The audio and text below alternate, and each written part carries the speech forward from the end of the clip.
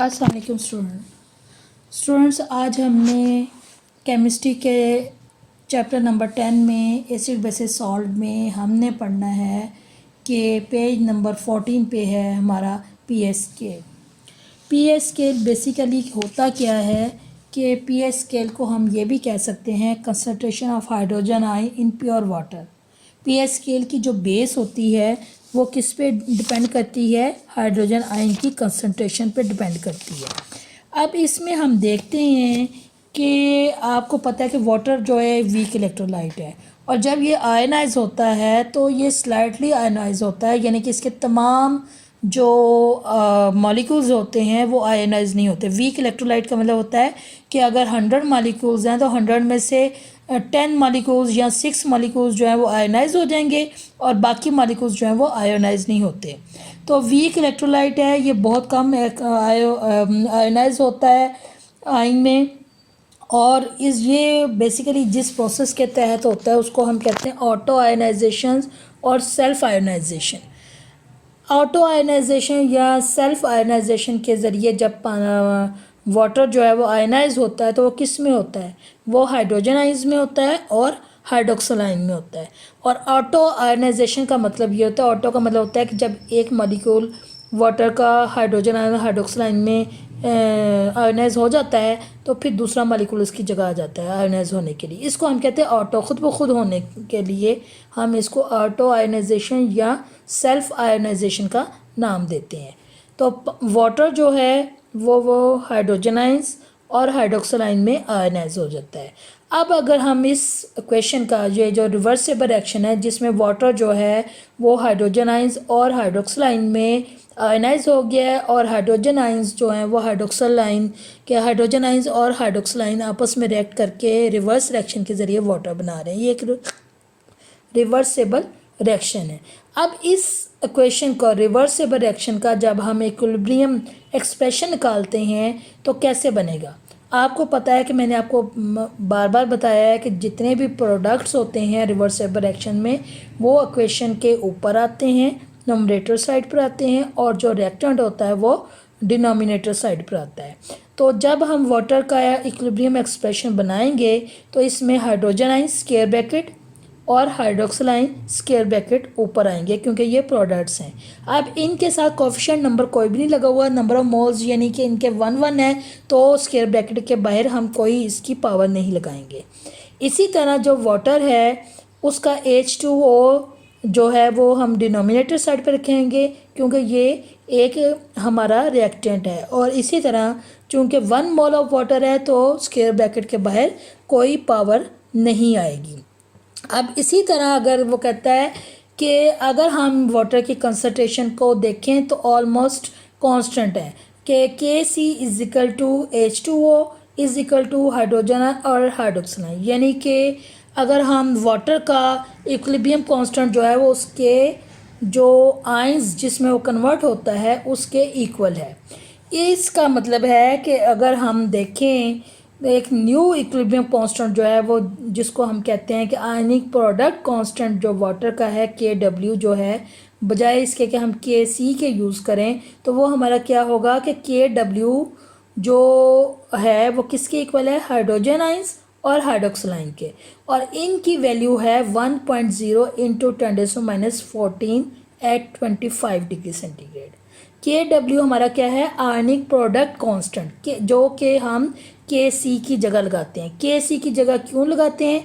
उसकी वजह ये है कि वाटर की कंसंट्रेशन जो है वो ऑलमोस्ट कांस्टेंट है कि जितना 1 मोल ऑफ वाटर जो है वो इक्वल नंबर ऑफ आयंस में कन्वर्ट हो रहा है। ये नहीं हो रहा कि हाइड्रोजन के 2 आयंस हैं और हाइड्रोक्सिल का 1 है, यानी कि इक्वल नंबर ऑफ आयंस में 1 मोल ऑफ वाटर जो है वो आयोनाइज हो रहा है। अब इसके बाद हम देखते हैं कि 1 मॉलिक्यूल ऑफ वाटर जो है वो प्रोड्यूस करता है 1 hydrogen ion and 1 hydroxyl ion. अब इसके बाद अगर हम इसका देखें कि हाइड्रोजन आयंस और हाइड्रोक्सिल आयन इक्वल हैं तो अब दोनों में अगर हम देखें कि यहाँ पे भी हाइड्रोजन आयन है और हाइड्रोक्सिल आयन उधर भी है, तो इसका मतलब है 2 हाइड्रोजन आयंस की यहाँ पे मौजूद हैं, तो इसको हम स्क्वायर कर दें तो उसकी वैल्यू किसकी इक्वल होगी? 1.0 इंटू 10⁻⁻⁴ 14। अब अगर हमने हाइड्रोजन आयन की कंसंट्रेशन मालूम करनी है तो हाइड्रोजन आयन और 1.0 इंटू 10⁻⁻14 का स्क्वायर रूट ले लिया है। इसी तरह हम इसका हाइड्रोजन आयन के ऊपर भी स्क्वायर रूट था, तो अगर हम ये हाइड्रोजन आयन के ऊपर भी स्क्वायर रूट लेंगे तो उसका स्क्वायर रूट तो उसके स्क्वायर से कट जाएगा, जबकि 1.0 इंटू 10⁻⁻14 के ऊपर स्क्वायर रूट रहेगा। अब हमने ये दोनों साइडों पे इसका स्क्वायर रूट लेना है, हाइड्रोजन आयन के ऊपर भी लेना है, उसका भी लेना है। क्यों? क्योंकि हाइड्रोजन आयन का बाहर स्क्वायर रूट है, तो उसको हमने हाइड्रोजन आयन में कन्वर्ट करना है, तो दोनों साइड्स पे हम उसका स्क्वायर रूट लेंगे। हाइड्रोजन आयन का स्क्वायर जो है वो स्क्वायर रूट से कट जाएगा और दूसरे का 1.0 इंटू 10⁻⁻14, तो इसका जो स्क्वायर रूट लेंगे तो हाइड्रोजन आयन कितनी कंसंट्रेशन आएगी 25 डिग्री सेंटीग्रेड पे 1.0 इंटू 10⁻⁷ m जो है वो इसकी आ जाएगी। अब हम देखते हैं कि ये डिफ़िकल्ट है कि इतनी स्मॉल फिगर्स को हम जो है वो नेगेटिव एक्सपोनेंट नोटेशन के तौर पे यूज़ करें।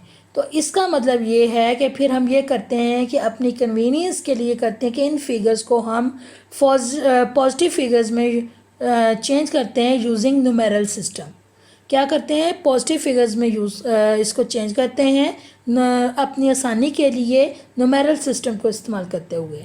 और न्यूमेरल सिस्टम में जो लॉगरिथम बेस जो होती है वो 10 होती है, यानी कि हमने मल्टीप्लाई करना होता है -1 से बिफोर अ सिंबल।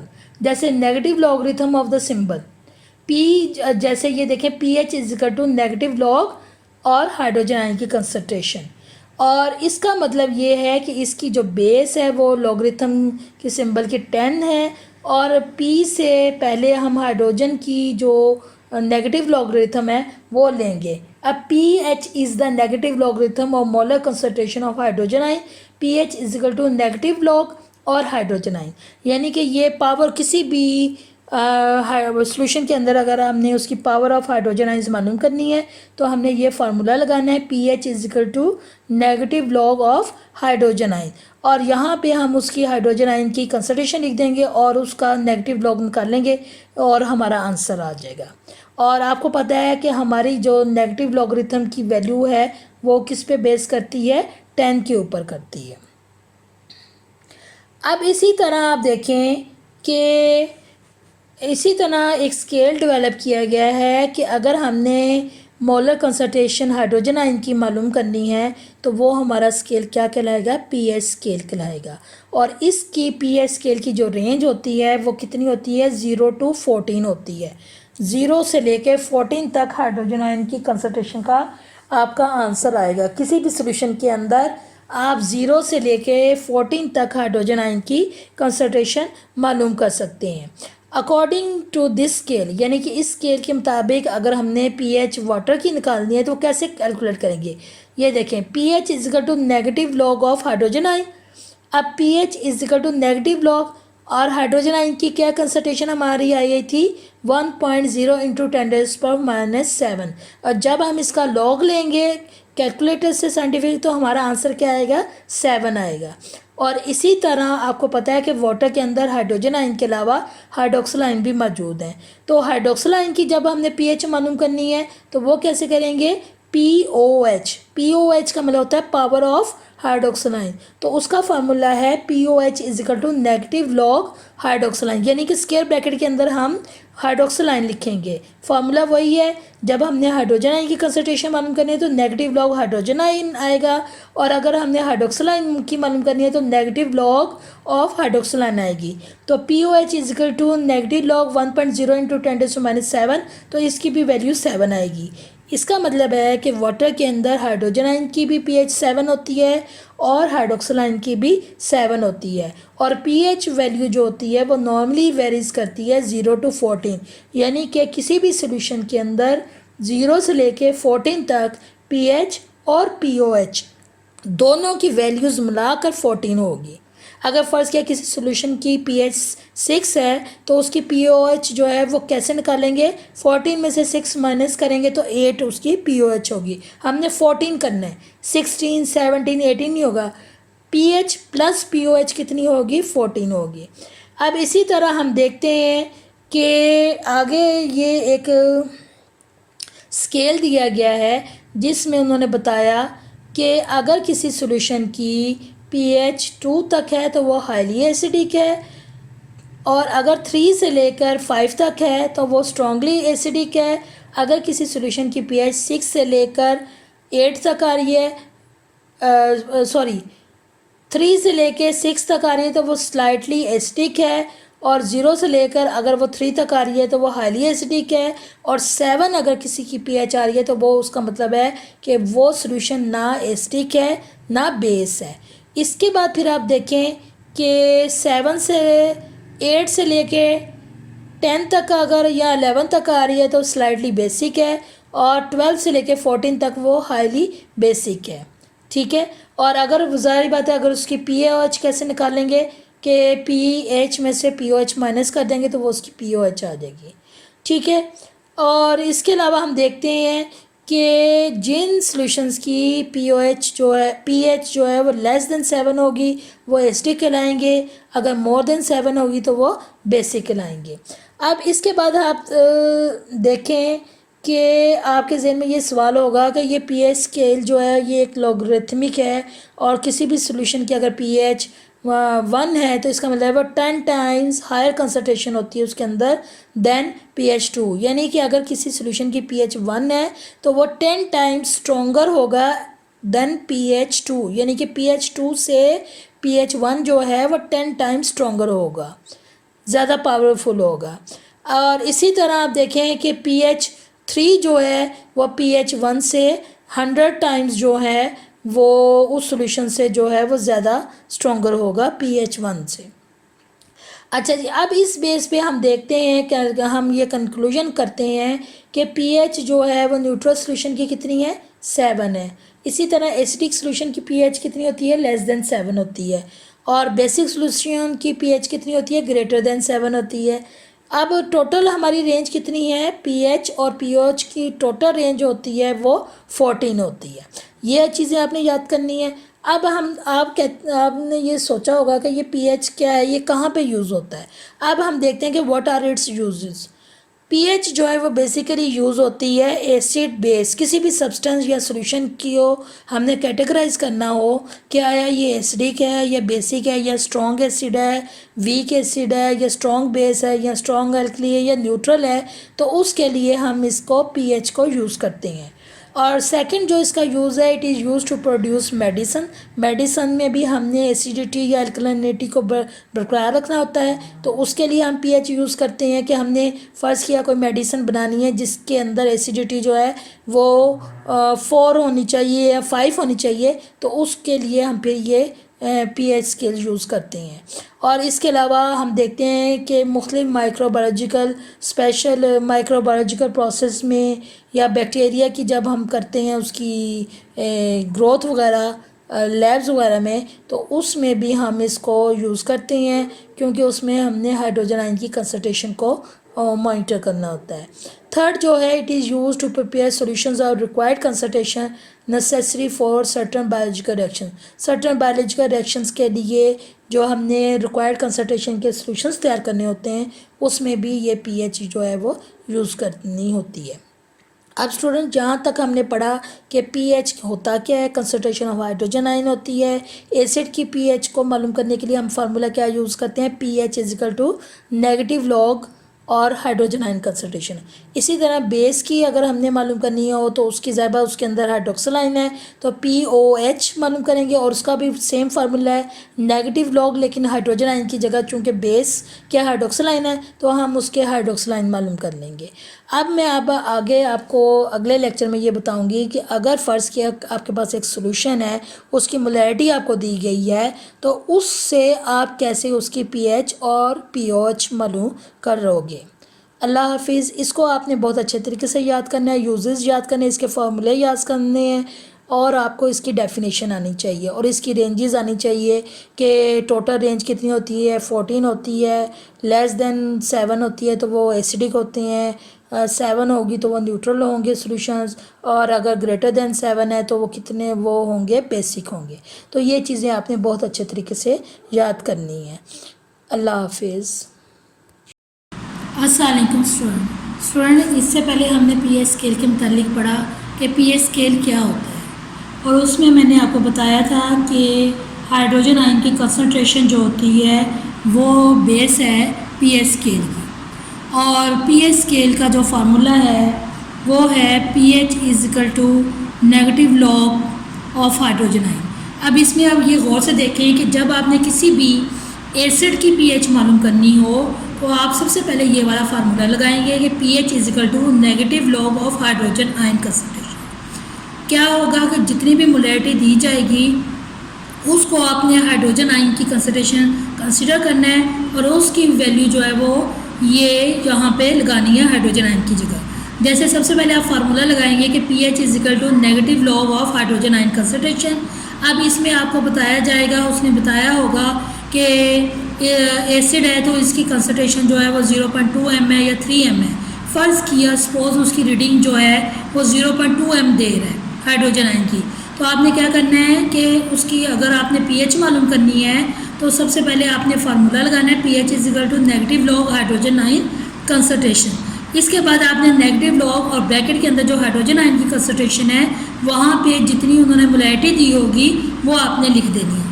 अब इसके बाद आपने इसको कैलकुलेटर से कैलकुलेट करना है negative log bracket 0.2 bracket close, और जब आप इसका = लेंगे तो आपकी वैल्यूज़ आ जाएगी। सपोज ये 0.2 है, इसकी वैल्यू जो है वो 3 है, तो इसका मतलब है कि pH जो है एसिड की वो कितनी है, 3 है। दूसरा, अगर इसकी किसी भी एसिड की pOH मालूम करनी हो तो pH मालूम करेंगे सबसे पहले, और उसके बाद जितनी वैल्यू आपको पता है कि pH जो है वो हमारी टोटल रेंज जो है वो 14 है, तो फिर जितनी pH वैल्यू आएगी तो 14 में से उसको माइनस कर देंगे तो pOH हमारी वैल्यू आ जाएगी। यहाँ पे जो सबसे ज़्यादा, और इसी तरह जो बेस है, बेस की चूँकि इसके अंदर हाइड्रोक्सिल आयन होते हैं तो सबसे पहले बेस की pOH मालूम होगी, फिर आप उसकी pH मालूम करेंगे। बेस अगर आपके पास है तो उसकी pOH = नेगेटिव लॉग और हाइड्रोक्सिल आयन। अब negative log of hydroxyl ion, यहाँ पे भी जितनी मोलैरिटी दी जाएगी उसको आपने हाइड्रोक्सिल आयन की कंसंट्रेशन में लिखना है, और इसी तरह नेगेटिव लॉग और वैल्यूज़ को करके कैलकुलेट जो है वो आपका आंसर आ जाएगा pOH। और जब आपने इसकी pH मालूम करनी होगी तो आपने क्या करना होगा कि टोटल जो pH स्केल है हमारा 14 है, 14 में से जो pH वैल्यू हमने इस तरीके से कैलकुलेट की है उसमें से माइनस कर देंगे। अब यहाँ पे आप लोगों ने ये बात जहन में रखनी है कि जब भी एसिड है तो सबसे पहले उसकी pH निकलेगी, और उसका फॉर्मूला क्या है, pH = negative log hydrogen ion concentration, और उसमें वैल्यूज़ पुट करके निकालेंगे। फिर जब उसकी pOH मालूम करनी होगी तो 14 में से जितनी वैल्यू pH की आएगी वो माइनस करके उसका आंसर pOH का होगा। लेकिन अगर आपको किसी बेस की मोलैरिटी दी गई है तो आप क्या करोगे कि बेस का में चूँकि हाइड्रोक्सिल आयन ज़्यादा होते हैं तो सबसे पहले हाइड्रोक्सिल आयन की pOH आप मालूम करेंगे। pOH = negative log hydroxyl ion, और हाइड्रोक्सिल आयन की जगह उसकी कंसंट्रेशन लिख देंगे, और जो वैल्यू आएगी ये सपोज वैल्यूज़ है कि 0.01 ये मैंने लगाई है, सपोज इसका आंसर 4 आ रहा है, तो आपने क्या करना है, pH निकलेगी, 14 में से 4 को माइनस कर देंगे तो 10 आ जाएगी। तो यहाँ पे जो मेन चीज़ है वो ये है कि जब आप देखेंगे कि आपका सोल्यूशन कौन सा है, अगर एसिड है तो pH निकलेगी और pOH बाद में निकलेगी। अगर कोई बेस है तो पहले उसकी pOH निकलेगी फिर उसकी pH निकलेगी, ठीक है। अब यहाँ पे एक एग्जांपल मैंने दी है, इसकी मदद से आपको समझाऊंगी कि किस तरह हमने इसको करना है। अब ये देखें, जैसे कि फ़र्ज़ किया हमारे पास एक एग्जांपल है, a solution of hydrochloric acid is 0.01 m, what is it's pH value. सबसे पहले हमने देखा कि सॉल्यूशन कौन सा है, हाइड्रोक्लोरिक एसिड, तो हमारे जहन में अंडरस्टूड आएगा कि हमने इसकी pH मालूम करनी है, ठीक है। अब आपको पता है कि हाइड्रोक्लोरिक एसिड जो है वो एक स्ट्रॉन्ग एसिड है और ये कम्प्लीटली आयोनाइज हो जाता है। अब आप देखें कि यहाँ पे हाइड्रोक्लोरिक एसिड की आयोनाइजेशन की इक्वेशन बनाई गई है। ACl जब आयोनाइज होता है तो वो हाइड्रोजन आयंस और क्लोराइड्स में होता है। यहाँ पे वो कितने हाइड्रोजन आयंस रिलीज कर रहा है, 1। तो इसका मतलब है कि इसका जो सोल्यूशन है उसमें जो मोलैरिटी है 0.01 m जो है वो हाइड्रोजन आयन रिलीज़ कर रहा है। अब यहाँ पे जो 0.01 है इसको आप एक्सपोनेंशियल नोटेशन में भी चेंज कर सकते हैं। ये डेसिमल के बाद जितने डिजिट्स होंगे उसको आपने 10⁻² कर देना है। इसका एक आसान तरीका भी है कि अगर आपकी ये पावर गलत हो जाती है, बाज़ का बच्चे 3 कर देते हैं, तो आप इसका आसान तरीका ये है कि जैसे ये डेसिमल के बाद कितने डिजिट्स हैं 1 2, तो 10⁻² कर देंगे क्योंकि ये डेसिमल के बाद की है। अब इसको चेक करने के लिए कि आया हमारी ये सही है, हमने एक्सपोनेंशियल नोटेशन सही बनाई हुई है, आपने क्या करना है, जहाँ पे पावर 10⁻² आएगी वहाँ पे आपने इसको 1/100 यानी कि 10⁻² का मतलब होता है कि 100 से डिवाइड करना है। अगर आपका ये आंसर ये आ जाता है तो इसका मतलब है कि आपकी ये एक्सपोनेंशियल नोटेशन जो है वो बिल्कुल सही है। अब इसके बाद आपने क्या करना है, इसकी पीएच मालूम करनी है। तो पीएच मालूम करने के लिए आपने क्या करना है कि फार्मूला लगाना है नेगेटिव लॉग हाइड्रोजन आयन, ठीक है। अब इसमें आपने ये वाली वैल्यूज़ पुट कर लें या ये कर लें, कोई भी कर लें, ये आप पे डिपेंड करता है। वैसे नॉर्मली अगर आप ये वाली वैल्यूज़ पुट करेंगे तो ईजी आपका कैलकुलेट हो जाएगा। PH is equal to negative log, और यहाँ पे मैंने वैल्यूज़ लगाई 0.01। आप 10⁻² भी लगा सकते हैं, एक्सपोनेंशियल नोटेशन में भी इसको चेंज कर सकते हैं, या आप इसकी डायरेक्ट वैल्यूज़ भी लगा सकते हैं ताकि ये गलती का आपका इम्कान कम हो जाए। अब आपने क्या करना है, P H is negative log bracket open 0.01 और ब्रैकेट क्लोज, और जब आप इसका इज इक्वल टू करेंगे तो इसका जो आपकी वैल्यू है वो 2 आ जाएगी, ठीक है। अब इसके बाद चूँकि आपने एसिड की पीएच मालूम कर ली है, अब पीओएच मालूम करनी है। पहले एसिड की पीएच मालूम होगी फिर पीओएच होगी। तो उसका तरीका ये है कि आपकी ये जो पीएच आई है इसको आपने जो टोटल इसकी स्केल है पीएच स्केल वो 14 होता है, तो पीओएच निकालने के लिए आपने क्या करना है 14 में से इसको माइनस कर देना है, तो ऑटोमेटिकली आपकी जो है वो 12 जो है इसका आंसर जो है वो पीओएच आ जाएगी। अब यहाँ पे आपने इसकी पीएच भी मालूम कर ली और पीओएच भी मालूम कर ली। अगर उसने पीएच कहा है तो आप यहाँ तक इसको करेंगे, अगर पीओएच कहा है तो पीएच मालूम करने के बाद 14 में से माइनस करेंगे तो आपका 12 जो है वो पीओएच हो जाएगी। इसके बाद इसी तरह एक और एग्जांपल है हमारे पास, ये देखिए। अब ये एसिड की हमने मालूम की थी, अब आपने देखना है कि find the pH of pH and pOH of 0.01 m potassium hydroxide. अब यहाँ पे पोटाशियम हाइड्रोक्साइड क्या है, एक बेस है। इसका मतलब ये है कि ये पोटाशियम हाइड्रोक्साइड जो है ये एक स्ट्रॉन्ग बेस है, और जब ये आयनाइज होगी तो ये पोटाशियम आयन और हाइड्रोक्सिल आयन में चेंज हो जाएगी। अब हाइड्रोक्सिल आयन जहाँ पे क्या है 1 है, तो इसका मतलब है कि 0.01 m जो सोल्यूशन है उसमें हाइड्रोक्सिल आयन कितने होंगे 0.01 है। अगर यहाँ पे 2 होते हैं तो आपने ये जो आपको मोलैरिटी दी गई है इसको आपने 2 से मल्टीप्लाई करना है, लेकिन चूँकि यहाँ पे 1 हाइड्रोक्सिल आयन है तो इसकी वैल्यू यही रहेगी 0.001 m और हाइड्रोक्सिल आयन, तो इसका मतलब है कि हाइड्रोक्सिल आयन कितने हैं 0.001 m। अब इसको एक्सपोनेंशियल नोटेशन में चेंज करना है, डेसिमल 1 2 3 डिजिट्स हैं तो हम इसको कर देंगे 10⁻3। अब इसको चेक करने के लिए कि हमारी ये एक्सपोनेंशियल नोटेशन बिल्कुल सही है, हम क्या करेंगे,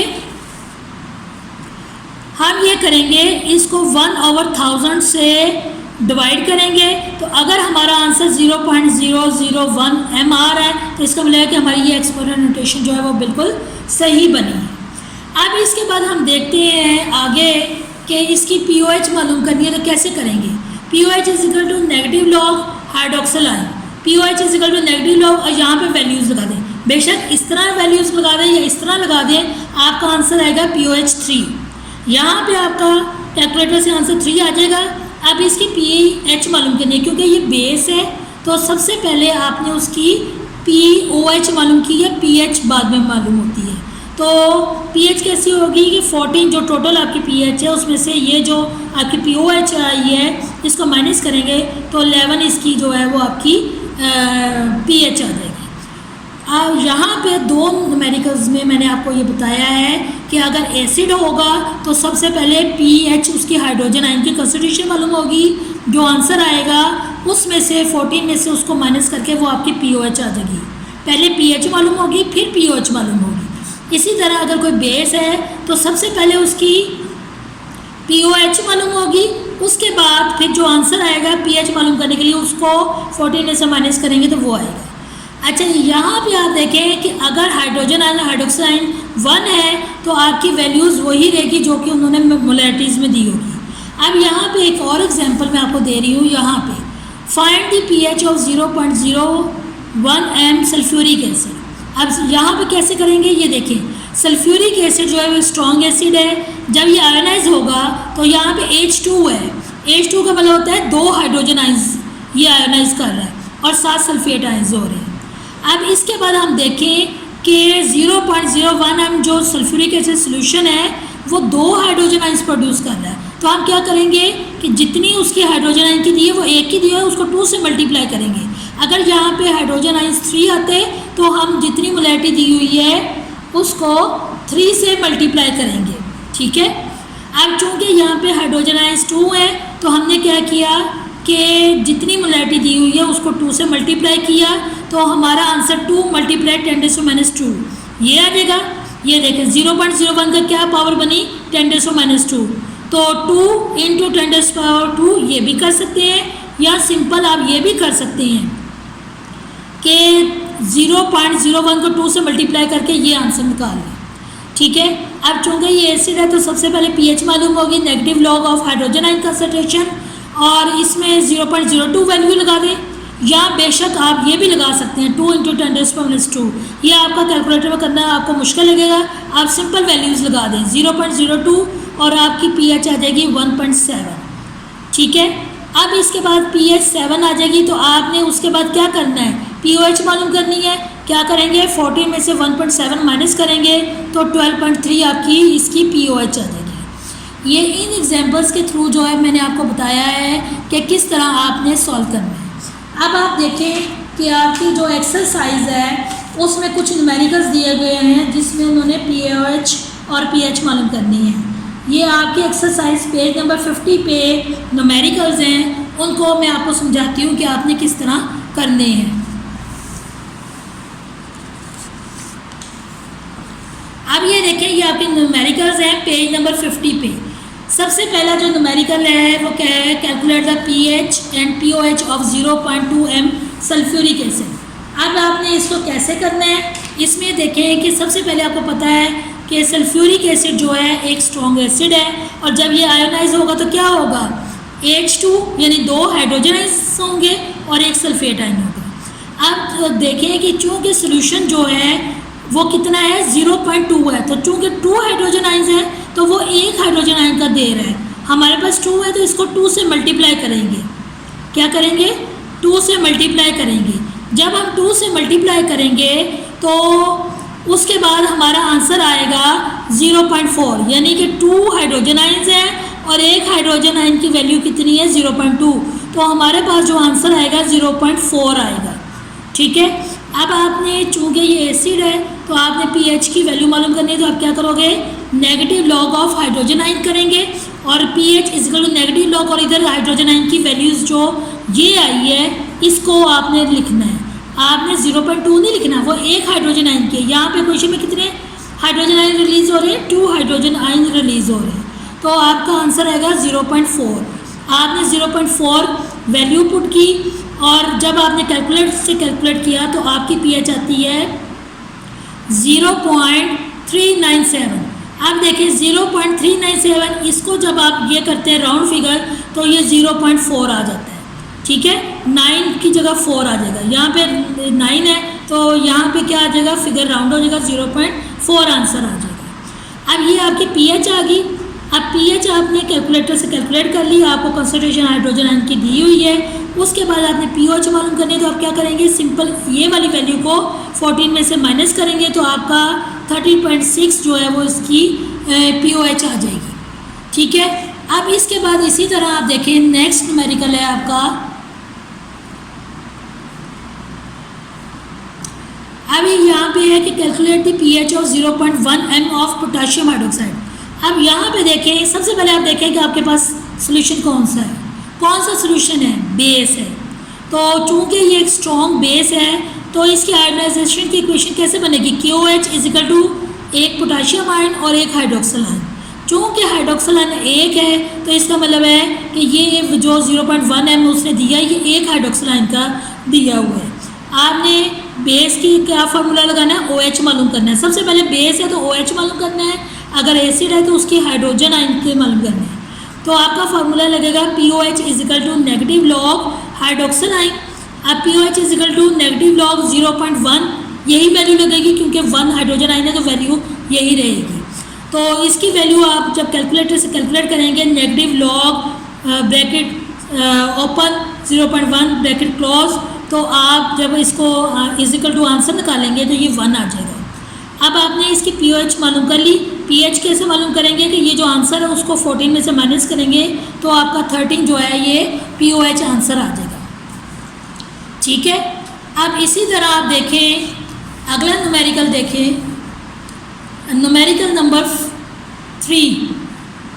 अब आप देखें यहाँ पे है calculate the POH of 0.04 m nitric acid.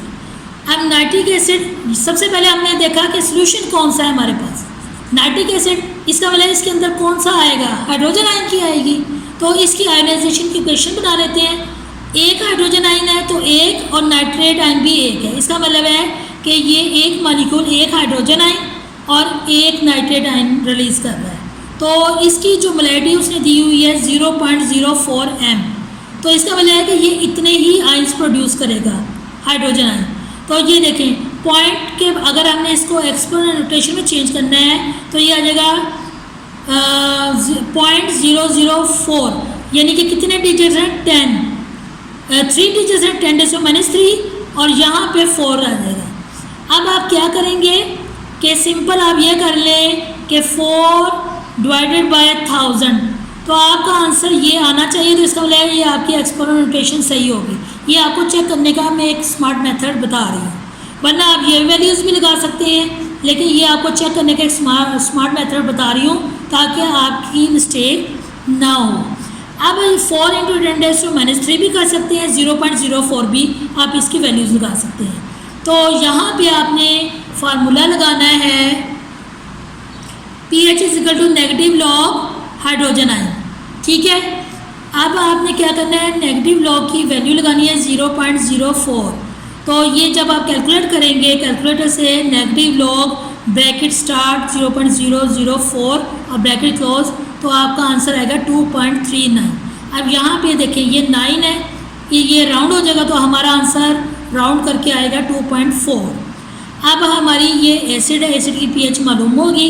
अब हमने उसने कहा है POH भी मालूम करें, तो PH तो बहुत ईजी है, ये कैलकुलेट करके निकाल ली। 14 में से हमने 2.4 माइनस किया तो हमारा आंसर आ जाएगा 11.6। ठीक है। अब जो आंसर आया है POH इज इक्वल टू 14 में से माइनस करेंगे तो 11.6 जो है वो इसका आंसर आ गया। अब इसके बाद हमारी ये POH आ जाएगी 11.6। ठीक है।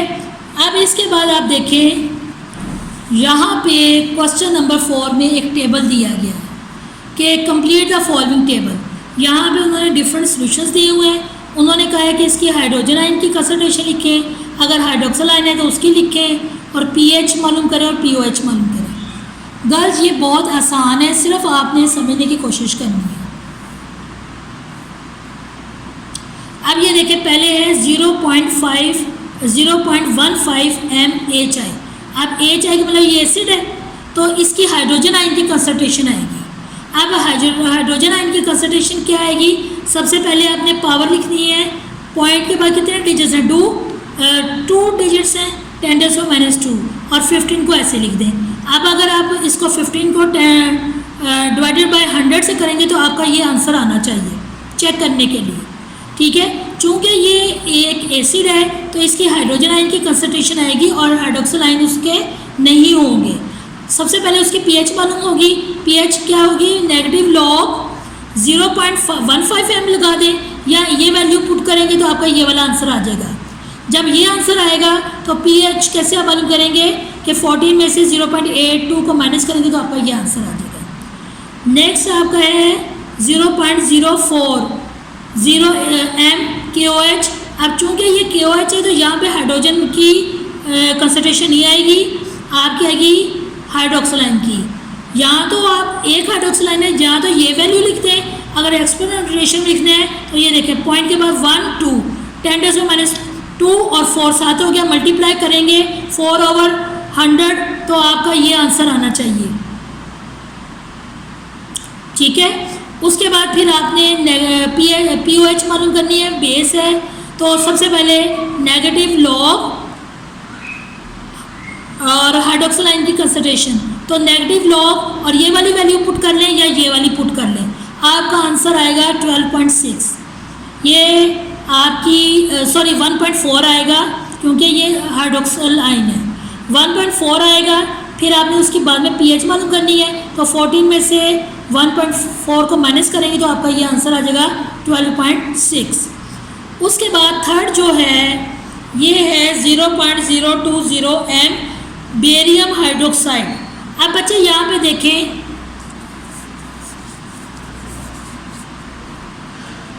अब यहाँ पे देखें, यहाँ पे हाइड्रोक्सिलाइन 2 है, OH कितना है 2 है, यानी कि जब ये बेरियम हाइड्रोक्साइड का एक मॉलिक्यूल आयोनाइज होगा तो 2 हाइड्रोक्सिलाइन जो है वो रिलीज़ करेगा। अब 2 हाइड्रोक्सिलाइन जब रिलीज़ करेगा तो इसका मतलब है कि ये जो सोल्यूशन में जो मोलैरिटी दी है इसको 2 से मल्टीप्लाई करेंगे, या तो आप कर लेंगे 2 × 0.020, या इसका एक्सपोनेंशियल बनाना है तो ये देखें 1 2 10⁻² और 4, अब इसको मल्टीप्लाई करेंगे तो ये आपका आ जाएगा 0.04। अब इसका चूँकि ये एक बेस है, सबसे पहले इसकी pOH मालूम होगी, ये वैल्यू pOH के अंदर लगा के 1.4 आंसर निकालेंगे, फिर 14 में से उसको माइनस करेंगे 1.4 तो ये 12.6 आपका आंसर आ जाएगा। अब फोर्थ न्यूमेरिकल जो है वो है 0.00030 MaClO4। यहाँ पे ये एक एसिड है, लेकिन यहाँ पे ये देखिए कितने हाइड्रोजन आइंस हैं, एक हाइड्रोजन आइन है, एक हाइड्रोजन आइन है। इसका मतलब यही वैल्यू आपने pH के अंदर रख के इसका आंसर निकाल लेना है 10.5, और बाद में जब 14 में से माइनस करेंगे 10.5 तो 3.5 आपका आंसर आ जाएगा, और इसकी हाइड्रोक्सिलाइन नहीं होंगे। ठीक है, जो फिफ्थ न्यूमेरिकल है 0.55 M सोडियम हाइड्रोक्साइड। यहाँ पे कितना हाइड्रोक्सिलाइन है, एक है, तो आप सिंपल हाइड्रोजन आइन होंगे नहीं तो इसका एक्सपोनेंशियल में लिख दें 55 × 10⁻², या सिंपल आप इसको देखें, पॉइंट के बाद कितने डिजिट्स हैं 2, 10⁻² पावर बन गई और 55 वैसे लगा देना। आप 55 को अगर आप 10⁻² यानी कि 55 को 100 पे डिवाइड करेंगे तो आपका ये आंसर आएगा। ठीक है, और इसका चूँकि सबसे पहले ये निकलेगी pOH वैल्यू निकलेगी, pOH = नेगेटिव लॉग हाइड्रोक्सिलाइन, और उसमें आप वैल्यू पुट करेंगे -55 और वैल्यू निकालेंगे ये वाली 0.26, फिर आपकी pH वैल्यू निकलेगी 14 में से माइनस करेंगे 0.26 तो आपकी ये वैल्यू आ जाएगी। उसके बाद आप देखें नेक्स्ट है 0.055 MaCl।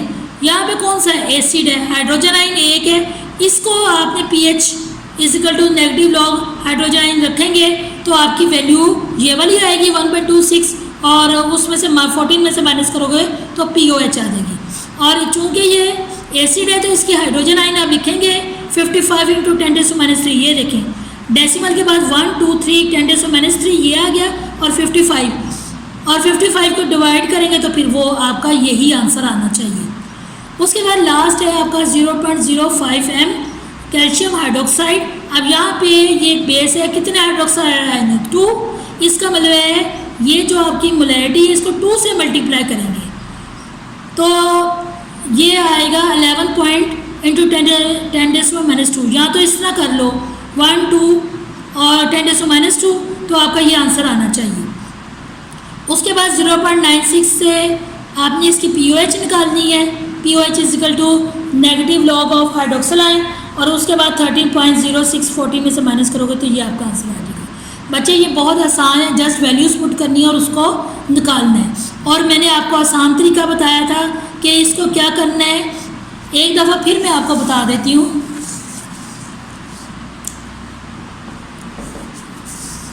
ये देखें, फ़र्ज़ किया आपकी वैल्यू आती है 0.004, ठीक है। यहाँ तो आप इसको कर दो या ये कर सकते हो 0.123, 10⁻³ और साथ 4 लगा देना। अब यहाँ तो इसको चेक करने का आंसर कि ये हमारा आंसर आता है, आप क्या करोगे 4 को 1000 से डिवाइड करोगे। अगर 1000 से डिवाइड करके आपका ये आंसर आ रहा है तो इसका मतलब ये है कि आपकी ये एक्सपोनेंशियल नोटेशन जो है वो सही है। ये भी कर सकते हैं, या सिंपल आप अगर पीएच या पीओएच मालूम करनी है तो आप सिंपल ये वैल्यू पुट करो और आंसर निकाल लो कैलकुलेटर से। कैलकुलेटर में आपने नेगेटिव लिखना है, फिर लॉग लिखना है, फिर ब्रैकेट स्टार्ट 0.004 ब्रैकेट क्लोज और इजिकल टू का साइन करना है तो आपका आंसर आ जाएगा, ठीक है। और अगर फ़र्ज़ किया हाइड्रोक्सिल आयन 2 या 3 है तो आप इसको यहाँ से मल्टीप्लाई कर दो, फिर आ जाएगा 0.008 आ जाएगा, तो वो आ जाएगा। या इसमें कर लो या इसमें कर लो, इसमें कोई प्रॉब्लम नहीं है। सिर्फ चेक करने का आपको स्मार्ट मेथड भी मैंने बता दिया है। अब आप लोगों ने इसको घर में बहुत अच्छे तरीके से इसकी प्रैक्टिस करनी है ताकि आपको ये न्यूमेरिकल्स जो हैं ये आएँ। ये न्यूमेरिकल्स बहुत आसान है, जस्ट आपको फार्मूला याद रखना पड़ेगा। एक दफ़ा फिर रिपीट कर रही हूँ कि जब एसिड होगा तो सबसे पहले उसकी पीएच मालूम होगी। पीएच का फार्मूला है negative log of hydrogen ion. जितने हाइड्रोजन आयन होंगे उससे मल्टीप्लाई कर देंगे। अगर 2 हाइड्रोजन आयन है तो जो मोलैरिटी दी हुई है उसको 2 से मल्टीप्लाई कर देंगे। अगर 1 हाइड्रोजन आयन है फिर मल्टीप्लाई करने की ज़रूरत नहीं है। फिर आपको जब आपका कैलकुलेटर से ये आंसर आ जाएगा तो अगर उसने कहा होगा कि पीओएच भी इसकी मालूम करो तो टोटल पीएच 14 होती है, उसमें से जितनी ये आएगी वैल्यू 2 या 3 आएगी उसको माइनस करोगे तो आपकी पीओएच भी आ जाएगी। इसी तरह अगर आपको कोई बेस दी गई है, फ़र्ज़ किया कोई भी बेस दी गई है, पोटाशियम हाइड्रोक्साइड दिया गया है या कैल्शियम हाइड्रोक्साइड दिया गया है, तो आप फार्मूला चूँकि सबसे पहले हाइड्रोक्सिल आयन की पीओएच मालूम होगी। बेस की क्या मालूम होती है, सबसे पहले हम पीओएच मालूम करते हैं। इसका फार्मूला है negative log of hydroxyl ion, ठीक है।